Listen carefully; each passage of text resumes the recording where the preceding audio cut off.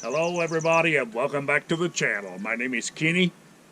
It's a sunny day here, but it's chilly, folks. But I want to ask you a question. Are you ready for the big gas shortages that we are currently seeing and in some parts of the country? I went to the gas station this morning and pulled in, and there was nobody there. I mean, there was nobody there.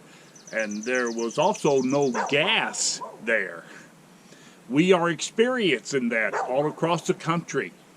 And it's something that we haven't seen in a long time. But get used to it. High prices and shortages. And I want to, if I may, for a topic, since we're talking about something like a gas shortage or maybe not even having gas at times, I want to show you something today that will take you back a long way back before the gas shortages. Let me raise it up here and show you this. This thing is super heavy. I mean, it weighs about probably 70, 80 pounds. It's an old-timey, let me lower the camera down so you can see it. All right. This thing is something that requires no gas. It's an old-timey rotary push mower. This thing goes back to the early to mid 1900s. And this thing is still functional. Now, this thing is made, it's called actually it's a Turf Master, and it's made by the Deal, let me read it to you. It's on the side here, if I can find it. Deal and McGuire Manufacturing Company of Richmond, Indiana, and it is made in the good old USA. And I'm telling you, it is steel, and it's fully functional, and I picked it up at a flea market, and I'm going to give you a demonstration how this thing works. So you hang around, and I'm going to show you that it will still function. The only thing required with this thing is muscle. So let me show you how it works.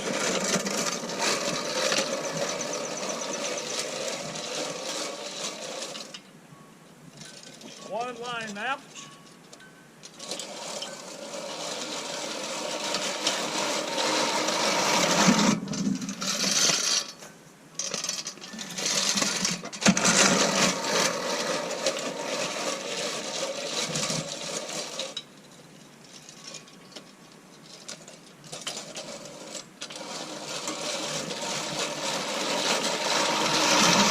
Folks, it works great. I tell you, back in the day, people didn't have gas lawnmowers, so they had to cut their grass very often because you can't let it get super high because this rotary blade down here, let me back up a little, this rotary blade could not take a huge amount of grass that was going through that thing because it just simply couldn't cut it. But I'm telling you, this is so exciting to me. I remember, you probably saw TV commercials, many, well, maybe not. You don't go back that far, neither do I. But I'm sure back in the 40s and 50s, this was something that was high tech. Because, of course, even 30s, 20s, and 30s, it was high tech. Because who had a gas mower? Very, very few, if any. But this thing still cuts it. Like I said earlier, I think it was probably manufactured in the mid or the early to mid 1900s. So let me give you some more demonstrations.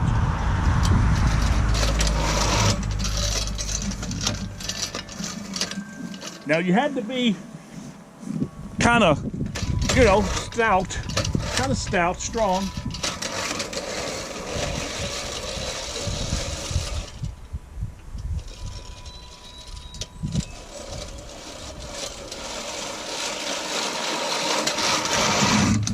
Very, very accurate.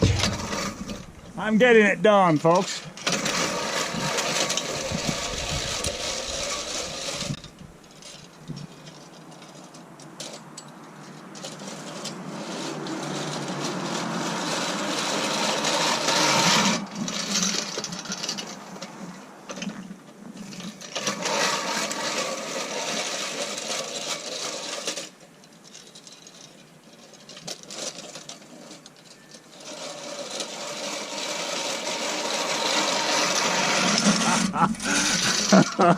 This is a lot of fun.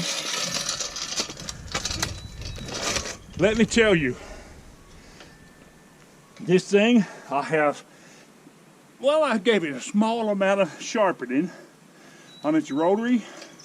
See how that turns? You can set it like that and it turns. But it's very, very strong steel. I mean, the steel is like, this thing hasn't been sharpened no more than 2 or 3 times, if that much.